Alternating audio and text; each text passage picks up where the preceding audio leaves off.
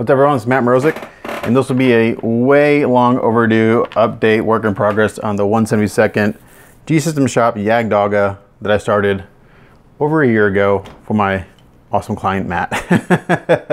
So I told Matt that after I finished his last prototype that I was going to dedicate the rest of this month up to Wonderfest on his kit because he's been super patient and I need to get this done for him because I started a long time ago. Basically, Matt booked this project, like I said, about a year ago, and then right after that, my world exploded with figure commissions, and so he was just super patient and just kept telling me take your time, which unfortunately I just kind of took advantage of, unfortunately, and I apologize for that, Matt.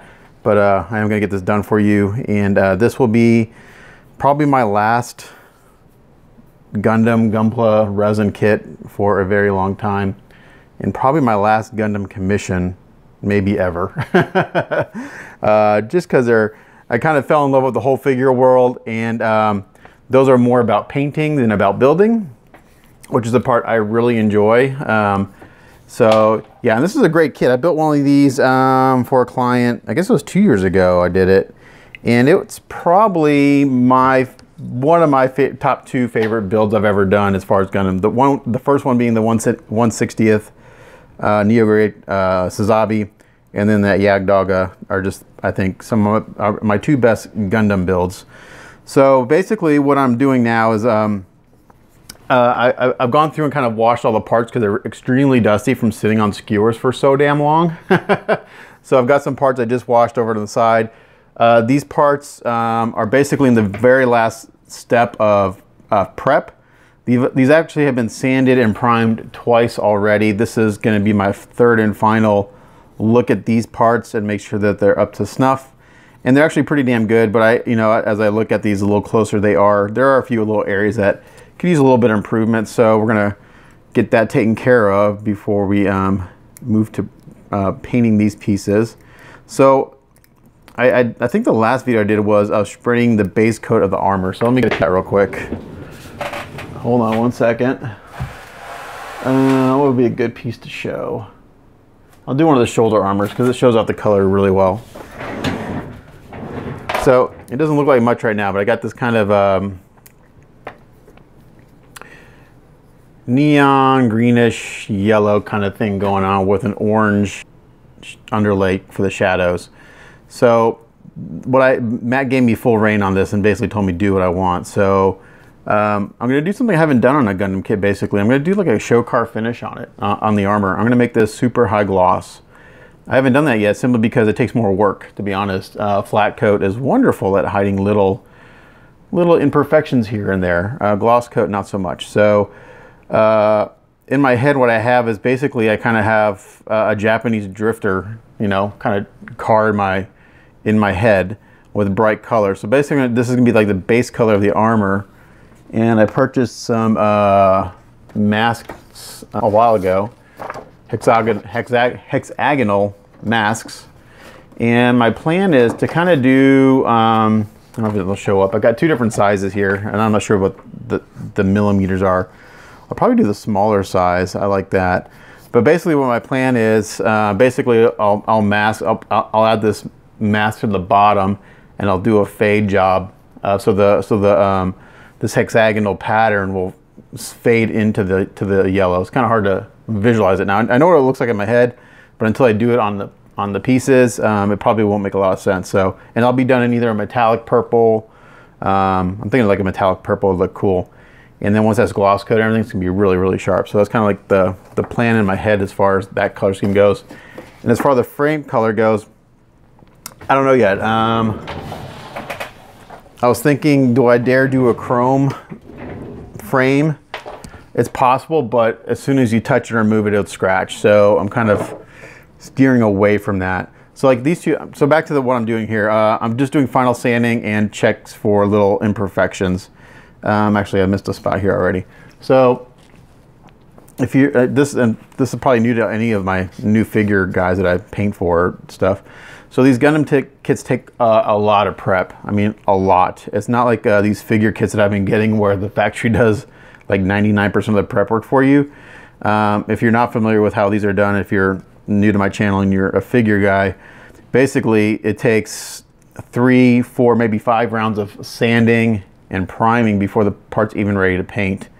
So that's what I'm doing here. I'm doing the final little bit of just check to make sure that when I lay that last coat of primer on there, this is ready to accept paint. You know, it's going to be the smoothest surface possible with as little imperfections as possible.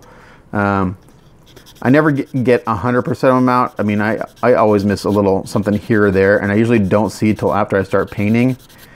And it's usually very small, and I've never had anyone like point it out to me. So it's just, you know, if you work on a project for so long and you're very familiar with it, you know all the little areas that are, you know, maybe not 100% perfect, but if you know, so there's like one billet I really like. He goes by Bono or Bono. It's spelled like Bono from YouTube, but I don't know if he pronounces it Bono or Bono. But as far as like Gundam modelers, his prep work is the best out of everyone I've ever seen. His prep work is insane. He takes these G-System kits and will like shave off all the detail and add new detail just because he wants it that crisp and that sharp. And all his paint jobs are very clean. There's no shading, it's just very clean paint jobs. But I really commend his prep work, it's crazy. So basically what I have here is I have a tub of water. There's a few little drops of liquid detergent in there. I'm just throwing them in my, as I go, I'm throwing them in my ultrasonic cleaner here. Now, I'm not sure, I got this for a gift a while ago, a couple years ago. And the one thing I don't like about it is I can only set it for like 8 minutes at a time. I don't know if they make other ones that you can just turn on and leave on. That's kind of what I would like. So I could just, as I'm working on these pieces, I can throw them in there. And this also has water with a few drops of liquid detergent in it, also just to wash the parts. I'd like to be able to just have this running the whole time as I work on these pieces. So I can throw them in there and they're kind of getting scrubbed as I go. So basically, I got some paper in here. I've been letting it sit. If you follow my channel, you know, you kind of want to let your paper get conditioned before sanding. It does two things. It actually cuts better. Your paper will last longer, and you won't create as deep of sand scratches in your surface. Now I'm sanding with 800 grit sandpaper here, which is really high for final sanding. But since I'm doing a gloss finish, I want to make sure that I have no scratches in the surface. If I was doing a flat, I'd probably do like a 600 and be okay, because this will get primed again. But I don't want to have to try to fill any scratches. I basically just want to use my last primer as a sealer. So like here I've got a little panel line that I'm noticing that I didn't quite get all the way. So I'm going to go in here with my little scribing tool, chisel. I'm not sure what size it is. I think it's like the biggest one I have. So if you ask me what size it is, I don't know. It's the big one. I'm just going to go in here and kind of clean this up. But I think it just got filled in with primer a little bit from... Because the first few times I throw primer on these pieces, I'm pretty heavy-handed because I know most of it's going to be taken off in my subsequent rounds of sanding and cleaning up. So the first few rounds are pretty heavy just to fill in any scratches and any little imperfections. And then this last round that I do will basically be just a light coat to seal everything. Okay, so now what I'm going to do is I'm just going to sand this whole part, and any little imperfections should pop out. I'm not seeing any, but that doesn't mean they're not there. If I see something, I'll stop and I'll show you. And I'm not going to do a 3-hour video of me sanding. That'd be really boring, and I would run out of things to say. But this is, again, just one of the necessary steps to make sure your surface is really good. So there you can see that I'm not seeing any little pits. I'm not seeing little scratches. That there's no imperfections in this resin. So I can stop sanding that part right there. I don't need to take the primer off all the way. I'm just seeing if there's any little areas that need additional sanding or whatever, they'll pop out pretty quick. So when I come across one, I'll show you. Those last two pieces had a few. And it's usually a mold line that I miss, or it could be a tiny air bubble that I missed. Again, that's pretty good. Another thing I'm going to do, especially on this piece, I'm going to go back and these bevels have gotten rounded off a little bit just from all the sanding. So I've got a brand new X-Acto blade in here, and I can use the primer as a guide. If you've watched my videos before, when I first start cleaning up the kit on the bare resin, I'll use a Sharpie and I'll actually color around the bevel, and then I'll give me a guide as far as like if it's square or not. So like right here, I'm just gonna lightly scrape this bevel, just like that. And you can see I have two parallel lines right there, one right there and one right there. That tells me that bevel is square. So now I can go back and I can do this one. You can see this one's rounded off just a little bit. And I've seen a bunch of my buddies have these really cool bevel tools that I wish I would have known about years ago. Okay, so that one's being a little tough, so I'm actually gonna get a sanding stick out. What's up? Nothing. My daughter just snuck up on me, like the what's that movie with the scary girl in it? Poltergeist. Oh. So that's gonna be a little trouble. So I'm gonna go in here with a sanding stick, and I'm just gonna try to. What the problem is, there's a little detail here, and it's hard to get my X-Acto blade where it needs to go to get that square. So I'm gonna actually use a sanding stick and try to get this squared off. Now this is a pretty low grit. This is like a 400 grit for this step, but I'll go back over it with the 800.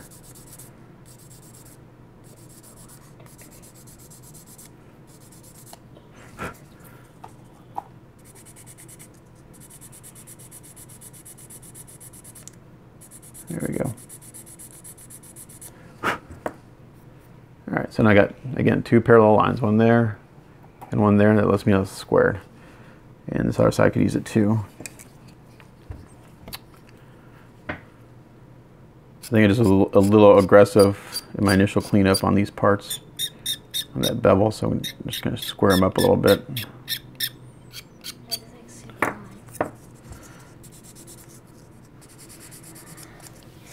And I'm going to do the same thing with this one.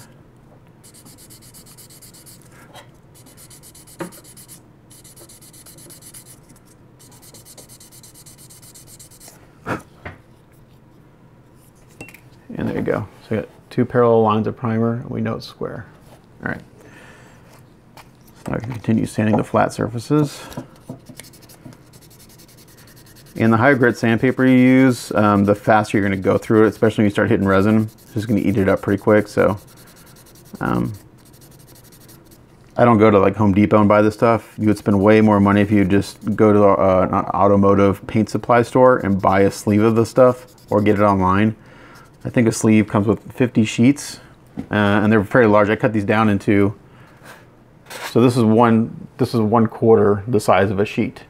So I cut it down, and this will last me. I just ran out of 600 or 400 sandpaper beginning of this year, and I had gotten that initial sleeve 5 years ago, so it lasted me a long time, and I gave a bunch away. It lasted me like 4 years, so don't freak out if you go spend $100 on a sleeve of sandpaper. It'll last you 4 to 5 years, you know, so it'll last you a long time. So I'm just gonna do this one part on camera, and then I'll come back later when I do primer, because it's basically what I'm doing tonight. I'm doing all this. I'm gonna wash all the parts that have been sitting around forever, and I'd already started to spray the frame a while back, but I went ahead and re-washed all those parts again, just because again they've been sitting around, they're dusty. And if I try to, even though I just blew them off and tried to paint, that wouldn't suffice. They really needed a bath and some soap and water and a couple rounds in the ultrasonic cleaner. So that's what I did just a second ago. So this part's actually pretty good. Nothing's really popping out. I'm gonna see if I can find something where something would pop out to show you what that looks like. So this work in progress is gonna be fairly short. I think what I'll do is I'll just do this video as far as like final prep. I won't shoot any footage of me spraying primer. I've done that before. I think I already did that in this work in progress, and that's pretty self-explanatory. But a lot of guys who haven't done resin before, they're scared of it. I'm like, well, don't be scared of it. It's like doing plastic, but you just a lot more of this right here, a lot more.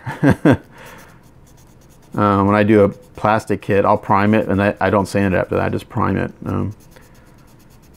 I know these Japanese guys, man, they'll do all this, but on a plastic kit.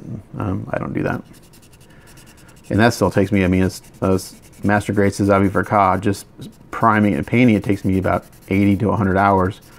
It'll take me another 30 hours to prime, sand, prime, and all that stuff.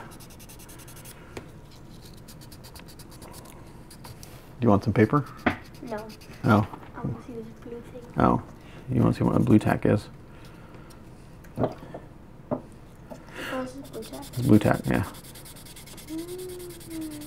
Use it for sticking things. Yep.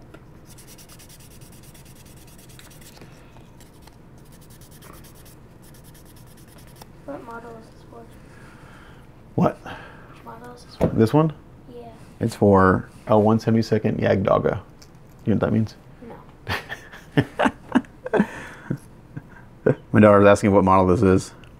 I told her what it is. She doesn't know. Yeah. So right here, again, I got this bevel here. I'm just going to square it up a little bit. And you want to use a brand new blade, because you won't have, if you just use a brand new blade, you won't have to sand after it. It makes it perfectly smooth. Stretchy. So this piece looks good now. This is like the only thing. So this piece didn't have any little imperfections. Let me get a bigger piece that might have something that needs some work. Well, these may be pretty good. Like I said, this is round 3, so I may not find a whole lot of any errors. These all look pretty damn good, actually. Which I would hope so after doing it to a okay, here's a spot I just saw. Okay, so right here on this edge, you can't see it yet, but as soon as I sand it, you'll see it. I'll show you what it looks like.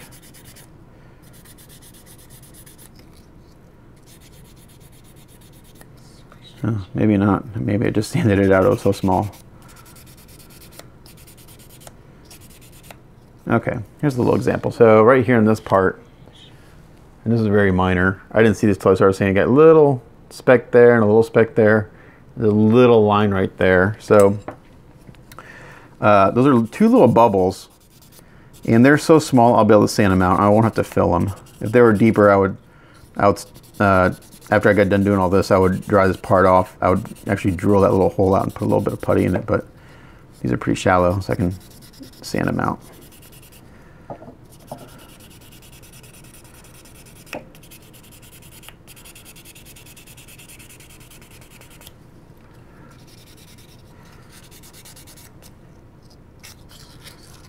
Yeah, so right here, it's very minor, but this little edge right there, you can see a little bit of primer.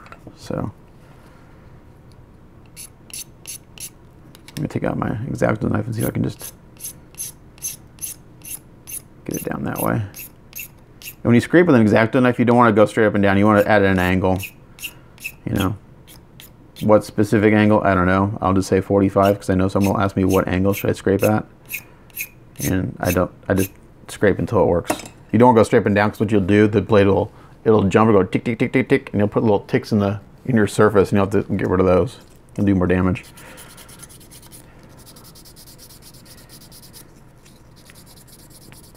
So this is my last entry for Wonderfest. Everything else for Wonderfest this year is done and ready. It's actually packed up in boxes already, ready to go.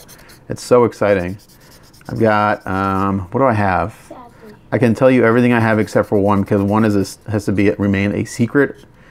It's for a side competition that a couple guys started last year called Model Club. And it was actually pretty cool because you have to be invited to participate. And basically it's like the best of Wonderfest, the figure guys in Wonderfest, and part of a group called Resin Maniacs. And it's a little side competition they do. I think it's the Saturday night. And basically it's like a $50 entry fee. They use part of the money to pay for the room, and the rest of it goes in a pot, and whoever wins gets the cash prize, which is cool. But yeah, the entries I saw last year were amazing. I don't know if I have a chance of winning it, but it was cool to be invited, and I have an entry I have something to put in. So that's cool. And then I've got, let's see, I've got a quarter scale Thor. I've got a quarter scale Robin that I did. I've got a quarter scale, I've got the Captain America, the Alpha 3 Captain America that I did. That's the kit that I did that made my world explode with commissions. I have a Hellboy. I have a Spider-Man. I have the Eric Sosa Spider-Man I did. What else do I have? Let's see. No Batgirl. No, there's a Batgirl back. Oh yeah. I haven't painted Batgirl yet. So I got Thor. Let's packed up. Thor, Robin, Hellboy, Captain America, Mad X Hulk, which has been sent back to me to do a little repair on. I got a little damaged when I shipped it, so I said, well, ship it back to me. I'll fix it before Winterfest, and I'll take it to Winterfest. That's gonna be a fun fix. I have to blend the paint. So yeah, I think I have like 7 figures, 7 quarter scale figures, and then this 1 mech. So pretty good considering everything I've been building has been shipped somewhere. Okay, so here's on the same part, you can see right there. Not really. You know there's an imperfection when it comes out and there's like you see a definite circle or a definite line or a definite shape. There's a little imperfection right there. So we're gonna sand that out. So I'm at 22 minutes on this. I think I'll stop this video. I think you get the idea. Basically, it's doing the final sanding, and then I'll hit this one more time with Mr. Surfacer 1200, and then the rest of these parts will be ready to spray paint. These are all the parts that need all the work are the resin parts. All the plastic frame parts have already got primer and started painting on, and so. And I probably could have gotten away without doing this one more time, but since I am doing the show car finish, I want to make sure there's nothing on the surface that's going to stick out, because when it's glossy, you can't hide anything. Flat coat does a good job of hiding little stuff. All right, so I'm going to call this video done. That way I can continue work, because the last kit I did, I had to stop doing videos because it was just slowing me way down. I wasn't never going to get done. So, and it's the same thing over and over again. Clean, sand, clean, sand, prime, paint, over and over again on every kit. So a lot of guys are like, "Oh, you're not doing Gundams anymore. I'm not going to learn. You know, I've learned so much." Like, well, you watch the figure stuff. It's the same techniques, building wise, just on a figure. What's changed are some of the painting techniques I've learned and kind of discovered. So if you want to learn any painting stuff, watch the figure series, because that's where I'm learning the most. I'm having to learn new techniques. I'm constantly asking guys how they're doing stuff. There is a little bit of a competition thing going on in the quarter scale figure statue painter community. There's a couple guys that if you ask them how to do something, they flat out will say no. I'm like, okay. Most guys are pretty cool, but I've encountered a few that basically told me no, I'm not gonna tell you how to do that, because they don't want to tell you they don't want to tell you my daughter's asking me why, and it's like they don't want to tell you their techniques so you won't steal them. But here's the thing about technique. You could give 12 painters the same subject. They could all have the exact same techniques, use all the same colors, and you're gonna get 12 different results every single time. It doesn't matter, because everyone has their own little bit of a different style. And I'm kind of running into this in some of the figure stuff, as I'm getting a lot of people send me a lot of reference of other painters, and they want it to look like that. I'm like, well, I'll get it to where, you know, it's not going to look just like that, because I'm not that painter. You can send me that photo as many times as you want, but unless I'm that painter in that mindset, knowing his skills and how he does stuff, it's never going to look just like that. You know, so hire someone because you like their work and you like their style. give them reference photos as a guide. But if you expect your pieces to look exactly like your reference photos and it's not something that they did, you're going to be disappointed because it's not going to fit with their style. So just some advice to anyone commissioning a painter or a builder. I mean, there's a lot of painters I look up to and I follow, and I'm like, man, I really like how he does that stuff. And I'll ask them, these guys that will share their techniques and stuff, so I'll ask them and I'll apply those techniques, but it doesn't look like theirs. It never will. Because there are an infinite amount of factors that go into how something looks in the end. How do you thin your paint? How far away was the airbrush? How high was your air pressure? Was it humid that day? Was it dry that day? What? Was your 11-year-old daughter bugging you while you were trying to paint? Hey. So yeah, a lot of factors go into how something looks in the end. So anyway, I've been rambling on enough. I've sanded all 3 pieces. I've sanded all 3 pieces in 25 minutes. But yeah, this is what it takes, you know. Matt had booked me right after. I kind of did a little bit of a rant of a video last year, and it wasn't geared towards Matt whatsoever. It was geared towards a bunch of guys that at that time were asking me to do Gundam commissions, and I was giving them my rates, and they were like, "Oh man, I thought it'd be, you know, I'd quote them $1,000." Like, oh, like I thought it'd be like $200. I go, well, that will pay for the supplies. And so he booked me after that video, and I'm like, you know, because these aren't cheap, and so Gundams I charge by the hour, and then stop it. My daughter's telling me I'm just ranting, mumbling on.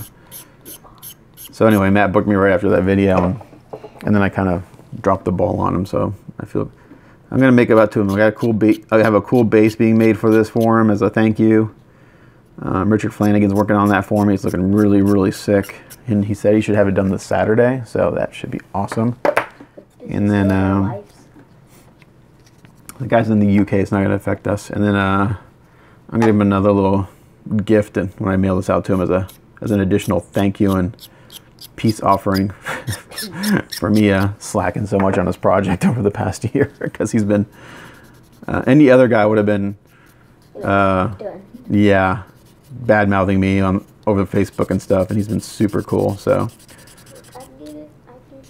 yeah, so thanks, Matt, again, as always. You're a super awesome client. All right, so there's that part looking pretty good. That's it for this video. 27 minutes of me rambling and sanding. So next video, I'll have everything primed and we'll shoot some paint. So catch you guys next time. Thanks.